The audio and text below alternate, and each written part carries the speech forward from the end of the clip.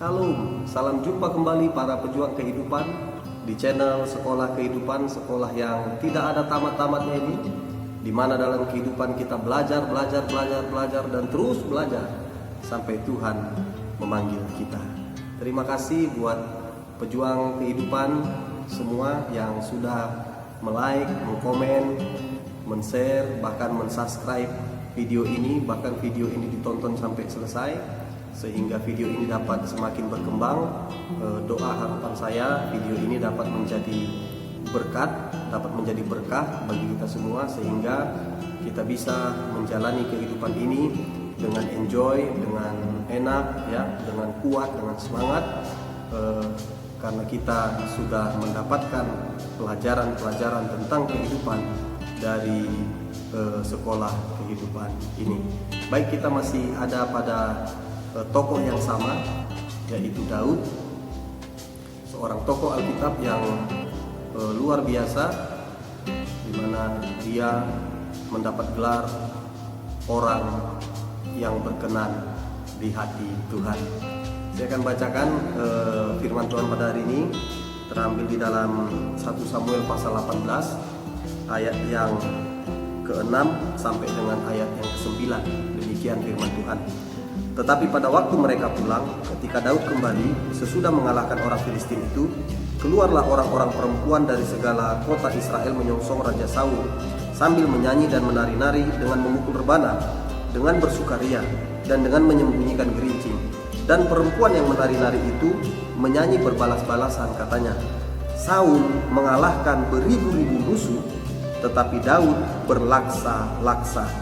Lalu bangkitlah amarah Saul dengan sangat, dan perkataan itu menyebalkan hatinya, sebab pikirnya, kepada Daud diperhitungkan mereka berlaksa-laksa, tetapi kepadaku diperhitungkannya beribu-ribu. Akhir-akhirnya jabatan raja itu pun jatuh kepadanya.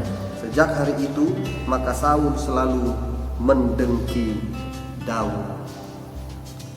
Nah, ini ceritanya mereka pulang dari mengalahkan orang Filistin, dari mengalahkan Goliat. Ketika mereka pulang, maka di gerbang kota mereka disambut oleh rakyat Israel. Bahkan wanita-wanita Israel menyambut mereka dengan tari-tarian. Sambil bernyanyi berbalas-balasan, mereka bilang, Saul membunuh beribu-ribu musuh, tetapi Daud membunuh berlaksa-laksa. Nah, seolah-olah ini mengatakan secara tidak langsung Daud lebih berprestasi daripada Saul. Ya, Saul membunuh beribu-ribu, tetapi Daud membunuh berlaksa-laksa. Artinya prestasi Daud melebihi prestasi Saul. Nah, sehingga dongkol Saul, sehingga benci Saul, karena Saul berpraduga, ya, timbul praduga di hati Saul, bahwa Saul berpraduga begini. Lalu bangkitlah amarah Saul, ayat yang ke-8, dengan sangat, dan perkataan itu menyebalkan hatinya, sebab pikirnya, nah dia berpraduga, sebab pikirnya, Saul berpraduga, kepada Daud diperhitungkan mereka berlaksa-laksa, tetapi kepadaku diperhitungkannya beribu-ribu. Akhir-akhirnya jabatan raja itu pun jatuh kepadanya.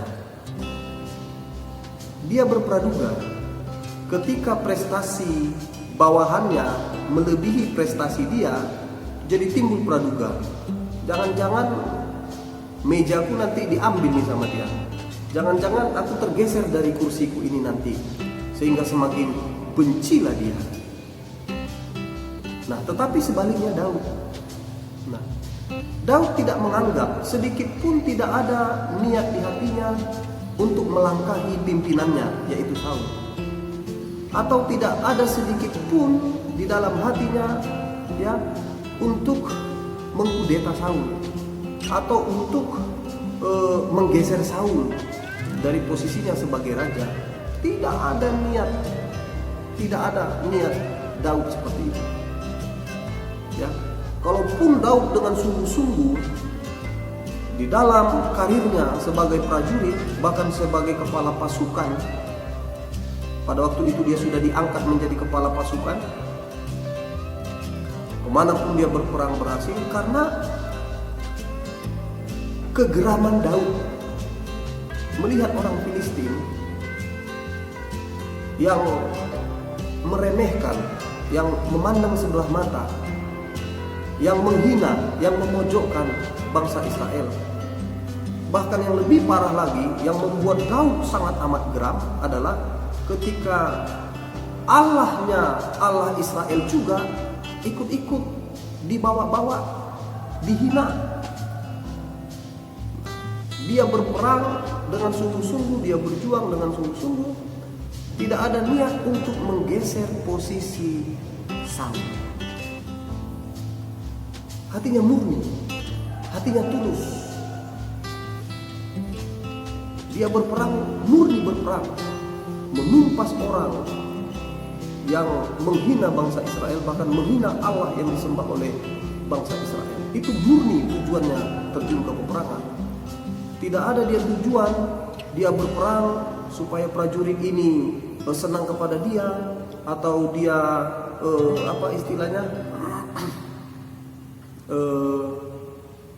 mencari perhatian, ya,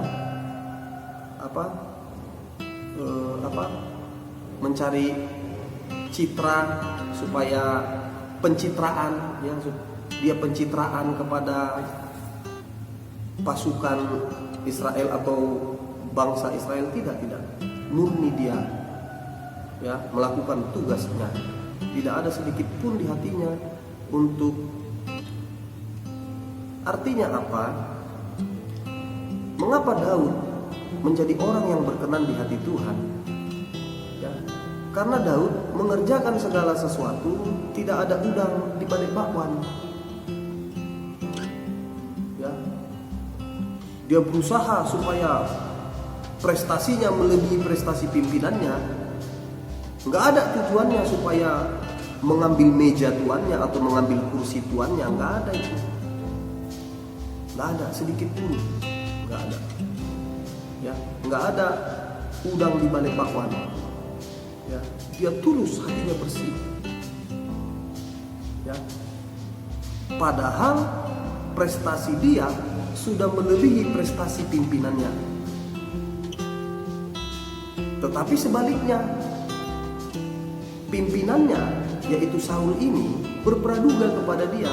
Karena apa? Karena prestasi Daud melebihi prestasi dia, sehingga dia dihantui, ya, dihantui. Karena apa? Karena prestasinya. Nah, ini juga menjadi pelajaran bagi kita semua, ya, para pejuang kehidupan, ya. Jadi pelajaran bagi kita, ya. Ketika kita berprestasi, jangan besar kepala, jangan sombong seperti Daud. Bahkan berniat untuk menggeser. Ada berapa banyak sekarang di perusahaan-perusahaan begitu, ya, pencitraan, ya, atau dengan cara-caranya supaya prestasi dia itu agak menonjol. Tujuan dia menggeser posisi pimpinannya. Ini tidak baik. Ini tidak baik. Dan Tuhan tidak akan menyertai orang yang model begini. Dan Tuhan tidak akan berkenan kepada orang yang punya motivasi yang aneh-aneh. Ya. Jangan pernah, ya, baik di dalam struktur pemerintahan, ya, instansi atau aparatur negara, dimanapun kita berada, para pejuang kehidupan, mari kita belajar dalam sekolah kehidupan ini. Kita belajar dari Daud, ya. Jangan pernah ada niat kita, ya, untuk menggeser pimpinan kita, sekalipun suatu waktu prestasi kita melebihi prestasi pimpinan kita. Jangan pernah. Kurang elegan itu. Kurang elegan. Bukan kesatria itu, tetapi pecundang itu. Karenanya para pejuang kehidupan, pelajaran hari ini di sekolah kehidupan, supaya kita belajar dari Daud, tetap rendah hati, miliki hati yang bersih, niat yang tulus, bekerjalah sungguh-sungguh ya. Jangan untuk kita naik ya, kita memijak orang supaya kita naik, jangan ya, nggak boleh, nggak baik. Itulah pelajaran kehidupan pada hari ini ya. Supaya apa? Supaya kita tetap menjadi pribadi yang berkenan di hati Tuhan, karena Tuhan hanya berkenan kepada orang-orang yang berjiwa seperti Daud ya, berjiwa elegan, berjiwa kesatria ya. Demikianlah pelajaran sekolah kehidupan pada video kali ini. Tetap semangat ya, jangan pernah patah semangat ya. Kita jalani kehidupan ini dengan mantap. Yakinlah kalau sudah waktunya Tuhan atas kita, kita nggak menyodorkan diri pun dipromosikan oleh Tuhan. Kita nggak minta-minta dipromosikan pun, kalau Tuhan yang angkat kita, tidak ada satu pun yang bisa menurunkan. Kalau Tuhan yang sudah membuka jalan bagi kita, tidak ada satu pun yang bisa menutup jalan bagi kita. Karenanya bersabar saja kita. Apa menjadi tugas tanggung jawab kita saat ini, kerjakan ya, kerjakan ya. Dan kalaupun kinerjamu bagus ya, prestasimu melampaui prestasi pimpinanmu ya, kau tetap rendah hati, tetap rendah hati. Tujuannya apa? Supaya Tuhan berkenan kepada kita ya. Demikian juga dalam keluarga ya, dalam keluarga, kepada anak-anak ya, kita sebagai anak di dalam keluarga, kalaupun suatu waktu pangkat kita lebih tinggi dari pangkat bapak kita, tetap harus hormat. Kalaupun suatu waktu gaji kita lebih banyak dari gaji orang tua kita, tetap hormat, tetap sopan, supaya Tuhan berkenan sama kau ya. Yang berkeluarga suami istri ya, katakanlah suami lebih besar gajimu daripada istrimu, tetap kau harus kasih dia. Demikian juga sebaliknya, ketika gaji istri atau pangkat istri melebihi gaji dan pangkat suami, tetap kau hormat kepada dia karena dia suamimu. Supaya apa? Supaya kita menjadi orang yang berkenan di hati Tuhan. Itulah rahasianya. Itulah rahasianya ya. Kita belajar dari Daud ini, jangan berpraduga ya, jangan berpraduga, karena tidak semua orang seperti apa yang kau pikirkan. Tidak. Buktinya Daud tidak seperti apa yang dipikirkan oleh Saul. Daud itu tidak. Jangan berpraduga ya, jangan berpraduga. Jadi demikianlah pelajaran kehidupan pada video kali ini.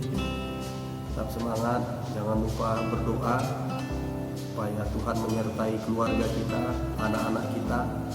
Tuhan memberkati perkebunan kita, memberkati peternakan kita, bisnis kita, semuanya, ketika kita menjadi orang yang berkenan di hati Tuhan. Demikianlah, Shalom, Tuhan Yesus memberkati.